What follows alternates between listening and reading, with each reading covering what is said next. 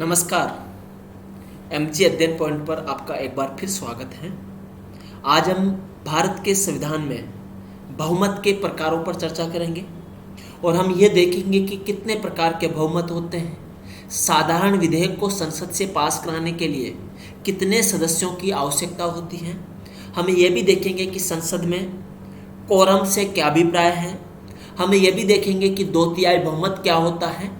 तो आज की जो क्लास है आप लोगों के लिए बहुत इंपॉर्टेंट होने वाली है और आशा करता हूँ कि आज इसको आप ध्यान से समझने का प्रयास करेंगे। भारत के संविधान में सामान्य तौर पर 3 तरह के बहुमत की बात की गई है। यहाँ पर हम कहेंगे साधारण बहुमत, साधारण बहुमत लिख लेता हूँ मैं, आप लोगों को आप भी लिख लीजिएगा। दूसरा तत्कालीन या प्रभावी बहुमत, तत्कालीन तत्कालीन या प्रभावी बहुमत। और तीसरा जो भारत के संविधान में दिया गया है विशेष बहुमत। यानी ये 3 प्रकार के बहुमत है। ये भी फिर विशेष बहुमत भी 3 प्रकार के होते हैं। इसको हम देखेंगे कौन कौन सा होता है और उसके बाद में हम एक और इसके अंतर्गत देखने का प्रयास करेंगे, वो होता है पूर्ण बहुमत। पूर्ण बहुमत क्या है? सामान्य तौर पर ये सदन की संख्या के आधे का +1 लिया जाता है। मान लीजिए 500 हैं, 500 में 2 हैं, उसके बाद हम ले लेंगे कि 250 + 1 यानी जिसके पास 251 है वह उसके पास पूर्ण बहुमत है, यानी एब्सोल्यूट मेजॉरिटी है। तो आज हम इन सब प्रक्रियाओं को समझने का प्रयास करते हैं। साधारण तौर पर 3 प्रकार के बहुमत होते हैं, लेकिन एक इसको जोड़ने के बाद यहाँ पर हम 4 प्रकार के बहुमत की बात करते हैं। और भारत के संविधान के अनुच्छेद 368 के तहत ये प्रक्रियाओं का उल्लेख किया गया है कि किस प्रकार से संविधान संशोधन होगा। संशोधन क्यों जरूरी है या किसी भी संविधान में संशोधन क्यों जरूरी है? किसी भी देश के संविधान में संशोधन उसकी प्रगतिशीलता को दिखाता है, प्रोसेस को दिखाता है। यानी कि मान लीजिए 1950 में भारत की जो संविधान था, वो जो संविधान बनाया गया था उस समय भारत की समस्याएं अलग थी और आज 2022 में भारत की समस्याएं अलग हैं। यानी कि आप 1950 के समय के अनुसार उस समय संविधान में संशोधन किए गए थे और आज उसी प्रकार से संविधान में अलग संशोधन किया जा रहे हैं। तो हम देख सकते हैं कि यह समय के अनुसार बदलता रहता है, क्योंकि तभी इसकी प्रभावशीलता बनी रहेगी। अन्यथा क्या होगा? अगर ऐसे प्रभावशीलता नहीं होगी तो फिर इस संविधान का ये मर्तप्राय हो जाएगा, इसका कोई महत्व नहीं रह जाएगा। तो यहाँ पर हम ये देखेंगे कि कोई भी संविधान संशोधन इसलिए जरूरी है क्योंकि वह संशोधन समय के अनुसार उस संविधान की अनुकूलता को बनाए रखते हैं, समय के अनुसार उस संविधान की आत्मा को बचाकर रखने का काम करते हैं। तो इसके बारे में यहाँ पर बात की जाती है। तो आज हम इन बहुमत के प्रकारों की बात करेंगे, टाइप्स ऑफ मेजोरिटी की बात करेंगे। तो हम पहले पे चलते हैं। पहला जो है सिंपल मेजोरिटी, आपके स्क्रीन पर आपको दिख पा रहा होगा। सिंपल मेजोरिटी के बारे में यहाँ पर देख पा रहे होंगे आप। सिंपल मेजोरिटी, इसको हिंदी में बोलते हैं साधारण बहुमत। साधारण बहुमत देखिए, ये सामान्य तौर पर उपस्थित व मतदान करने वाले सदस्यों, मतदान करने वाले सदस्यों, उपस्थित व मतदान करने वाले सदस्यों का बहुमत होता है। उपस्थित और मतदान करने वाले सदस्यों का बहुमत होता है, यानी कि हम कहेंगे 50% + 1 यही होगा। उदाहरण देखते हैं। मान लीजिए हमारी लोकसभा में भारत की संसद, आपको पता है भारत की संसद की अगर हम बात करते हैं तो संसद में 3 चीज़ें आती हैं, राष्ट्रपति, लोकसभा और राज्यसभा। तो यहाँ पर हम लोकसभा लेते हैं। मान लीजिए भारत की लोकसभा के अंदर 543 सदस्य हैं, 543 543 सदस्य हैं और उन 543 सदस्यों में से हम देखते हैं कि वहाँ पर उपस्थित कितने हैं? 200 हैं। अब 200 में से भी 20 ने क्या किया? वॉकआउट कर दिया, यानी मतदान कितने किए हैं? 180 किए हैं। अब इस 180 को आप 2 से डिवाइड कर दीजिए मेजॉरिटी लाने के लिए, +1 कर दीजिए। तो यहाँ पर कितना आ जाएगा? 91 आ जाएगा।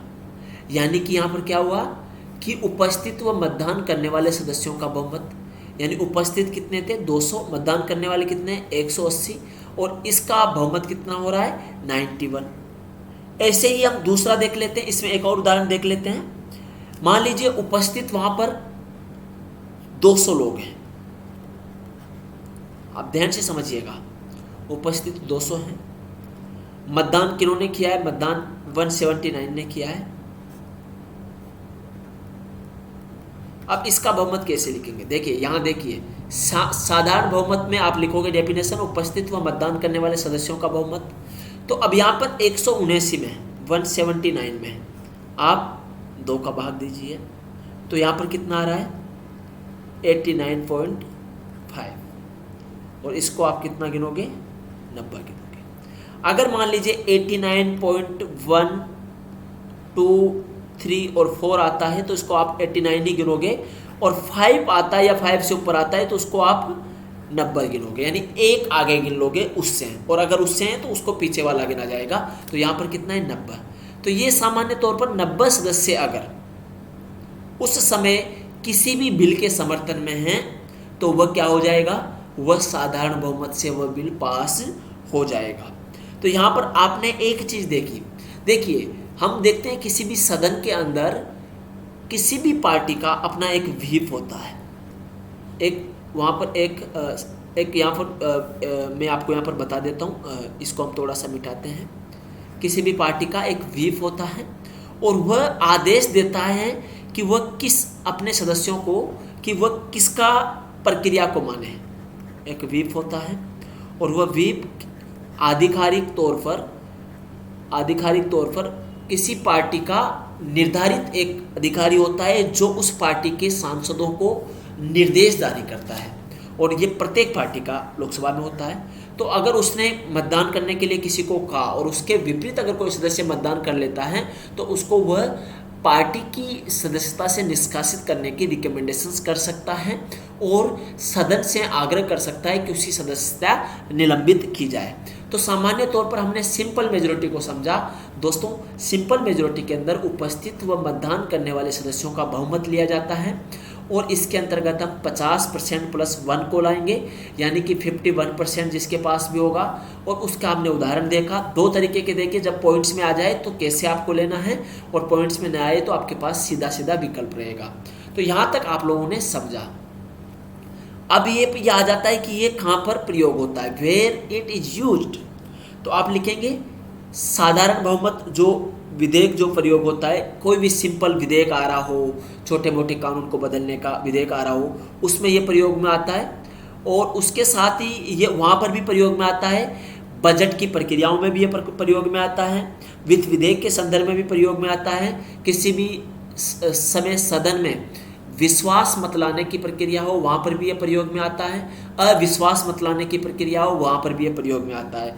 तो आप लिख सकते हो, देखो ये लिखा भी है, साधारण बिल, बजट एक्सेट्रा के अंदर कॉन्फिडेंस मोशन और ये सब के अंदर भी ये प्रयोग में आता है। ये तो हमने ऐसे ही बताया 50+1, ये आपको बता दिया। इनका जो उपस्थित मतदान करने वाला ये प्रक्रिया मैंने आपको यहाँ पर बहुत अच्छे से लिखा दिया। तो आप इसमें लिख सकते हो कि साधारण बहुमत में उपस्थित मतदान करने वाले सदस्यों का बहुमत का प्रयोग किया जाता है। यहाँ पर एक चीज़ और आप लोगों को लिखना चाहिए, वो ये है कि ये कहाँ कहाँ प्रयोग किया जाता है। तो आप लिख लीजिएगा, साधारण विधेयक के संदर्भ में मैं लिख देता हूँ यहाँ पर, साधारण विधेयक के संदर्भ में, साधारण विधेयक के संदर्भ में, दूसरा धन विधेयक के संदर्भ में, तीसरा वित्त विधेयक के संदर्भ में।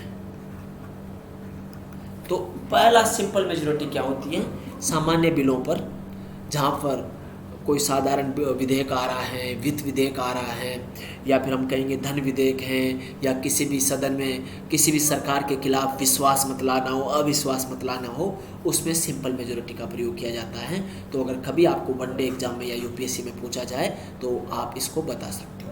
अब हम दूसरे बहुमत पर चलते हैं। दूसरा बहुमत यहाँ पर इफेक्टिव मेजॉरिटी, यहाँ हम कहेंगे कि मेजॉरिटी या इफेक्टिव मेजॉरिटी, जिसको आप सामान्य तौर पर 2 तरीके से ले सकते हो। इसको आप ले सकते हो तत्कालीन भी बोल सकते हो, तत्कालीन या या प्रभावी बहुमत। इसको पहले समझते हैं। आप स्क्रीन पर क्या लिखा है उसको भूल जाइए, यहां पर ध्यान दीजिए आप। यानी कि ये लोकसभा के अंदर सामान्य तौर पर प्रभावी बहुमत संख्या को दिखाता है, जिसके अंतर्गत क्या होगा, कुल सदस्य संख्या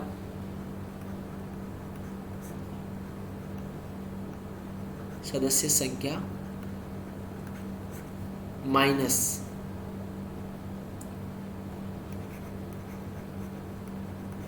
रिक्तियां।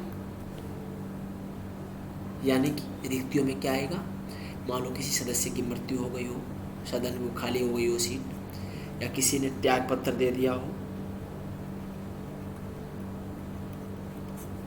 किसी का निर्वाचन रद्द हो गया हो,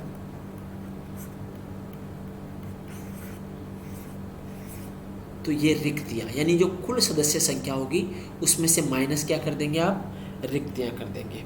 तो उन परिस्थितियों में प्रभावी बहुमत माना जाएगा। अब देखिए कि कैसे होगा, तो हम इसका उदाहरण लेते हैं। सपोज करिए कि भारत की संसद में अभी टोटल सदस्य संख्या है 543 और उसमें से रिक्तियां कितनी है, 7। तो कितना आ रहा है, 536 आ रहा है, 536 आ रहा है। अब 536 को मल्टीप्लाई करो 2 से, +1 कर दो, कितना आ रहा है, 279। यानी कि ये कुल सदस्य संख्या में से रिक्तियों को माइनस करके निकाला जाता है, जिसको तात्कालीन या प्रभावी बहुमत कहा जाता है। और ये किसी भी सदन में सामान्य तौर पर उन प्रक्रियाओं को निर्धारित करते हैं जिन प्रक्रियाओं के अंतर्गत रिक्तियां भी बाहर निकल जाती हैं। यहाँ पर आप देख पा रहे होंगे, देखिए किसी भी लोकसभा की टोटल स्ट्रेंथ 545 है, 5 सीट वैकेंट है, तो 540 हो गई। अब मान लीजिए कि कोई 540 सदस्य थे, उसमें से भी 50 सदस्यों ने वोट नहीं दिया, 490, और 490 + 2 तो 245, यानी 245। अब यहाँ पर यही है ना, प्रक्रिया वही है सारी जो हमने साधारण बहुमत में देखा है, लेकिन यहाँ पर क्या होगा कि रिक्तियों को माइनस कर दिया जाएगा, और जहाँ रिक्तियाँ माइनस हो जाएगी उसको हम प्रभावी बहुमत की श्रेणी में ले लेते हैं। उदाहरण ले लें, अब मान लो 536 में से क्या हुआ कि 6 लोगों ने क्या किया, वॉकआउट कर दिया, तो अब कितना बचा, 530। 530 में 2 का भाग दीजिए, 2 दूनी 4, 6 दूनी 12, 5 दूनी 10, 265 + 1 यानी 266 सदस्य यहाँ पर होना चाहिए, तभी वो मेजोरिटी में आएगा। तो अब आपको 2 प्रकार के बहुमत हमने यहाँ पर समझा दिए। पहला बहुमत साधारण बहुमत था, जिसके अंतर्गत उपस्थित व मतदान करने वाले सदस्यों का 2/3 बहुमत। यहाँ पर हमने देखा था उपस्थित व मतदान करने वाले सदस्यों का बहुमत, 2/3 नहीं, उपस्थित व मतदान करने वाले सदस्यों का बहुमत देखा था। दूसरा हमने उपस्थित व मतदान करने वाले सदस्यों का बहुमत माइनस रिक्तियाँ, यानी वहाँ से रिक्तियाँ आपको निकालना पड़ेगा और वही प्रक्रिया होगी। तो इसको आप यहाँ पर अच्छे से समझ पाए होंगे। इसको हम इफेक्टिव मेजोरिटी की संज्ञा देते हैं। ये कहाँ कहाँ प्रयोग किया जाता है, तो ये इस प्रक्रिया का प्रयोग कब कब किया जा सकता है, तो ये मान लीजिए लोकसभा के अंदर, राज्यसभा के अंदर, विधानसभा के अंदर, विधान परिषद के अंदर, वहाँ पर ये प्रयोग किया जाता है। अध्यक्ष उपाध्यक्ष को हटाना हो, यहाँ पर भी सभापति उपसभापति को हटाना हो, यहाँ पर भी अध्यक्ष और उपाध्यक्ष को हटाना हो, यहाँ पर भी सभापति और उपसभापति को हटाना हो। यानी कि 1 2 3 4 5 6 7 नहीं 8 जगह पर इसका प्रयोग किया जाता है, ये याद रखना आप। यानी कि तात्कालिक बहुमत या प्रभावी बहुमत का प्रयोग कहाँ किया जाता है, तो यू कैन राइट कि ये 8 जगह पर इसका प्रयोग किया जाता है भारत के संविधान में, आपको ये याद रखना चाहिए। अब आपको दो बहुमत हमने यहाँ पर बहुत अच्छे से समझा दिया। अब हम तीसरे बहुमत पर चलते हैं। तीसरा बहुमत यहाँ पर मैं लिख देता हूँ। तीसरा बहुमत जिसको हमने बोला था विशेष बहुमत।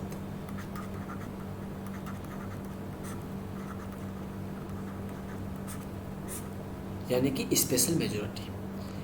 ये सामान्य तौर पर 2/3 बहुमत होता है, यानी उपस्थित और मतदान करने वाले सदस्यों का 2/3 बहुमत होता है। और ये 3 प्रकार का होता है।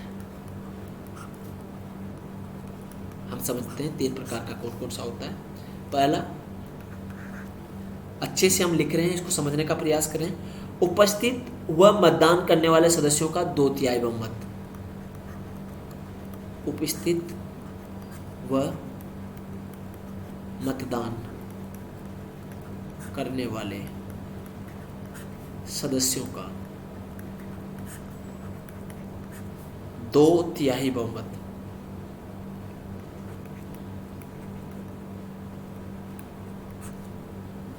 इसके अंदर हमने 3 प्रकार देखना है। अभी हमने एक देखा, ऐसे हम 3 प्रकार में जाएंगे। तो इसका उदाहरण देख लेते हैं। मान लीजिए लोकसभा के अंदर हम बात कर रहे हैं, कुल सदस्य संख्या है 543। उसमें से भी प्रेजेंट और एब्सेंट, उपस्थित में हम देखेंगे 200 और मतदान किया है, प्रेजेंट ये थे, उपस्थित थे, मतदान किया है 180 ने। और अब 180 का 2/3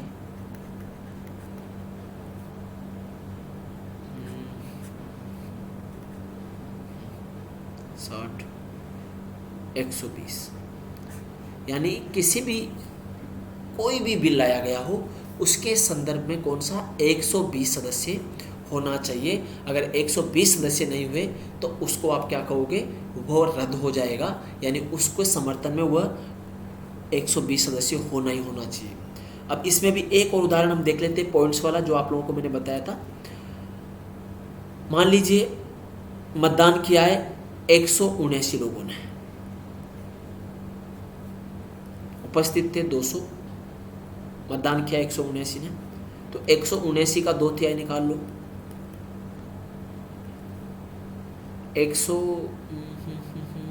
119.3। मैंने कहा था कि 4 तक होगा तब भी 100, अगर मान लो 119.5 होता तो फिर ये 120 आ जाता, लेकिन यहाँ पर 3 है, इस कारण से क्या आ जाएगा 119। यानी याद करना, फिर बता देता हूँ, 0.1, 0.2, 0.3, 0.4 तक। मान ले 119 से शुरू हो रहा है तो यहाँ तक आएगा तो ये 119 ही रहेगा। लेकिन मान लो 0.5, 0.6, 0.7, 0.8, 0.9 यहाँ पर आएगा तो फिर वो क्या हो जाएगा 120 हो जाएगा। तो ये याद रहेंगे कि अगर 0.4 से नीचे हैं तो वह संख्या रहेगी, और 4 से ज़्यादा है तो उसमें 1+1 हो जाएगा।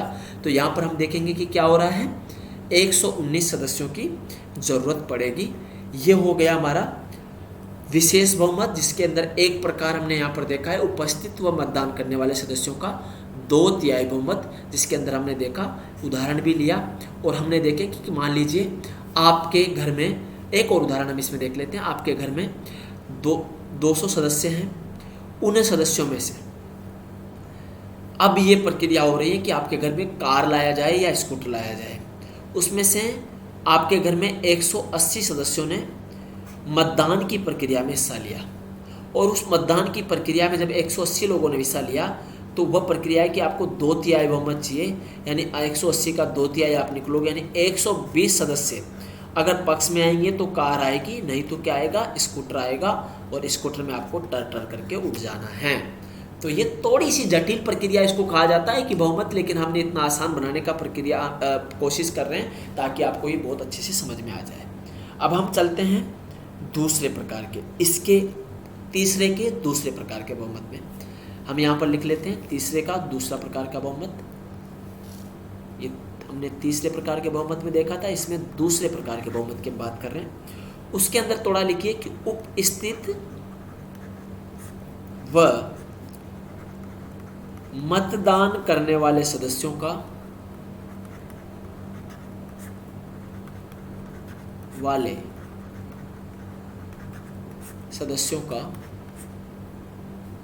2/3 बहुमत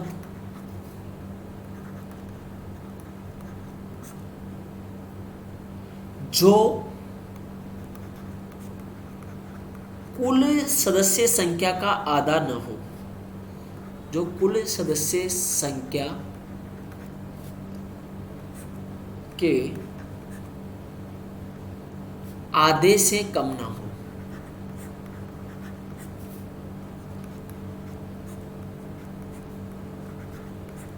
देखिए ध्यान से सुनिएगा, उपस्थित व मतदान करने वाले सदस्यों का 2/3 बहुमत जो कुल सदस्य संख्या से आधे से कम नहीं हो। अब हम इसमें थोड़ा देखते हैं। मान लीजिए लोकसभा में हम लेते हैं वापिस, सदस्यों की संख्या 543, इसका आधा कितना हो रहा है? कुल सदस्य संख्या का आधा कितना हो रहा है?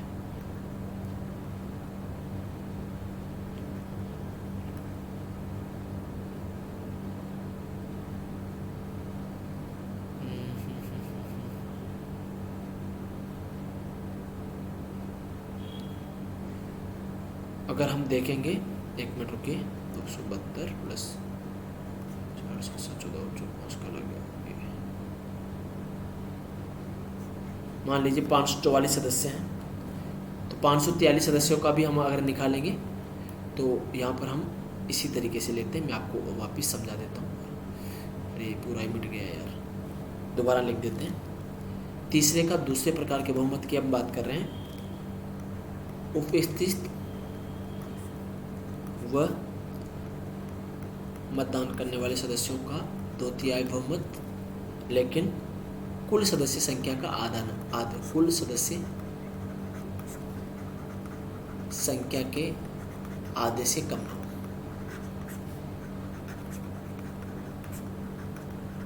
तो हमने देखा था कि 543 सदस्य हमने यहाँ पर लिया जो कुल सदस्य हैं लोकसभा के, और उनका आधा अगर हम निकालते हैं तो 272 आ रहा है। अब हम देखते हैं कि उपस्थित कितने हैं। मान लीजिए उपस्थित 310 सदस्य हैं उस दिन सदन में। हम बात कर रहे हैं आज की, या हम बात कर रहे हैं कि आज 12 सितंबर है। 12 सितंबर को 310 सदस्य उपस्थित हैं। लिख लेता हूँ मैं ताकि आप लोग कंफ्यूज ना हो। उपस्थित हैं, उसमें से मतदान कितने लोगों ने किया है? मतदान किया है 300 लोगों ने। अब 300 का 2/3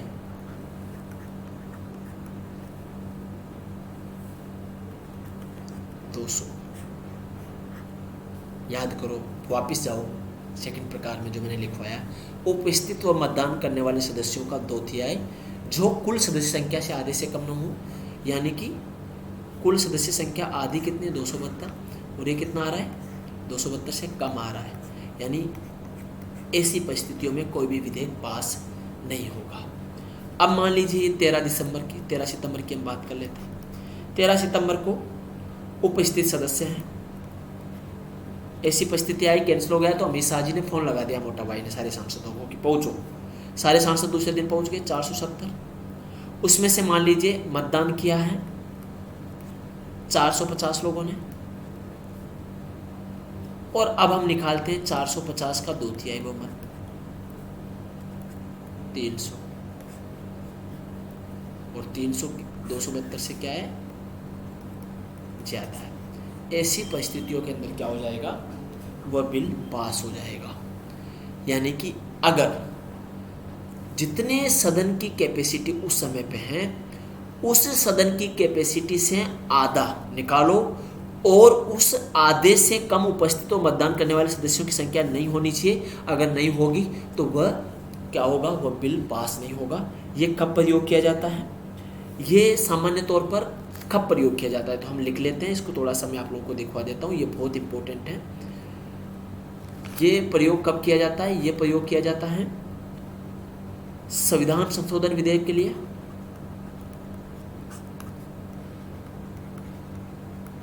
संविधान संशोधन विधेयक के लिए संवैधानिक पदाधिकारियों को हटाने में,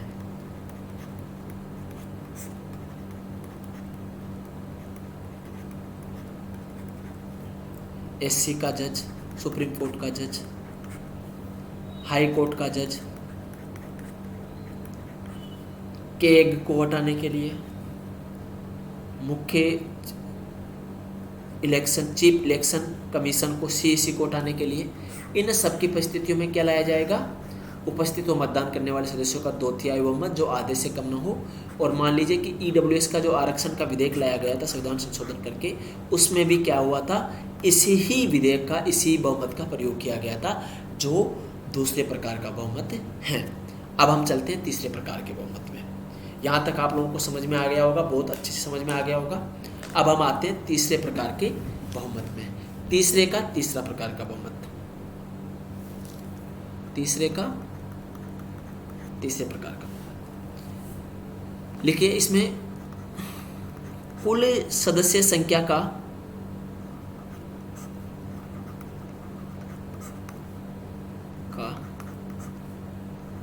दो तिहाई बहुमत,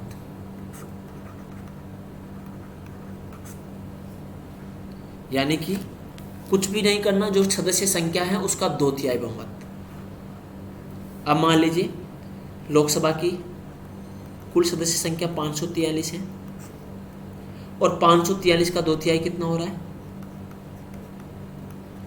362।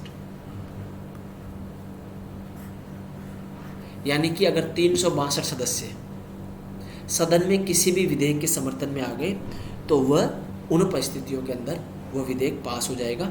ये कब आ जाता है, ये आर्टिकल 61 ऑफ इंडियन कॉन्स्टिट्यूशन क्या कह रहा है, राष्ट्रपति पर महाभियोग चलाने की प्रक्रिया, राष्ट्रपति पर महाभियोग प्रक्रिया में ये काम आता है। आपको पता है भारत के संविधान के आर्टिकल 56 में ये बताया गया है कि महाभियोग से राष्ट्रपति को हटाया जाएगा, और आर्टिकल 61 में ये बताया गया है कि एक प्रक्रिया लाई जाएगी। वहीं 124 के अंदर आपको पता है सुप्रीम कोर्ट के जजों को हटाने की भी प्रक्रिया दी गई है। तो यहाँ पर आप ये देखने का प्रयास करेंगे कि कहीं ना कहीं ये प्रक्रिया जो है ये 2/3 बहुमत की मांग करती है, इसके अलावा इनको कुछ नहीं चाहिए। तो हमने तीसरे प्रकार के बहुमत में 3 तरह के बहुमत देखे, जो एक बार आपको रिपीट कर देता हूँ। जिसमें हमने देखा उपस्थित और मतदान करने वाले सदस्यों का 2/3 बहुमत, जिसमें उपस्थित और मतदान कर, दूसरा हमने देखा उपस्थित और मतदान करने वाले सदस्यों का 2/3 बहुमत जो कुल सदस्य संख्या से आधे से कम नहीं हो, और तीसरा हमने देखा कुल सदस्य संख्या का 2/3 बहुमत जो हमने यहाँ पर निकाल कर देखा। अब चौथा हम देख लेते हैं, हम इसको मिटाना पड़ेगा। अब हम चौथे टाइप के में आ जाते हैं, फोर्थ टाइप के में आ जाते हैं। फोर्थ है पूर्ण बहुमत।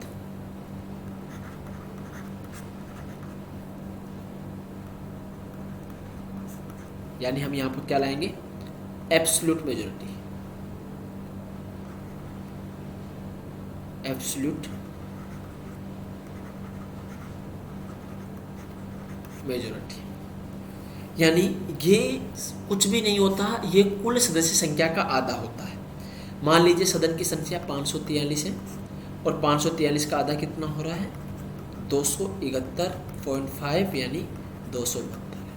ये कुल सदस्य संख्या के आधे की मांग करता है, इसको हम एब्सोल्यूट मेजॉरिटी कहते हैं। तो हमने यहाँ पर 4 प्रकार के बहुमत को देखा। एक इसके अंदर और जो चीज़ पूछी जाती है, कोरम या गणपूर्ति। इसमें लिख लीजिए थोड़ा सा, कोरम से तात्पर्य उस न्यूनतम संख्या से लगाया जाता है जिसके बिना किसी भी सदन की कार्यवाही अवैध हो जाती है। यानी वह न्यूनतम सदस्यों की संख्या जो संसद की या किसी भी सदन की, संसद की, राज्यसभा की या लोकसभा की, या फिर हम विधानसभा के अंदर अगर देखेंगे विधान परिषद की या विधानसभा की कार्यवाही के लिए क्या चाहिए, वह न्यूनतम संख्या जो चाहिए ही चाहिए वह उस सदन की कुल संख्या का 10% होगी। यानी हम देखेंगे कि लोकसभा का 543 का 10% कितना होगा, तो हम कहेंगे 44 होगा, 54 होगा। यानी कि 54 सदस्य अगर सदन में नहीं होंगे तो उन परिस्थितियों के अंतर्गत ये प्रक्रिया चलाई ही नहीं जाएगी। यानी कि ये प्रक्रिया चलाने के लिए 54 सदस्यों का होना वहाँ पर जरूरी है। ठीक है, तो यहाँ पर हमने इस कोरम को देखा, गणपूर्ति को भी यहाँ पर देखने का प्रयास किया।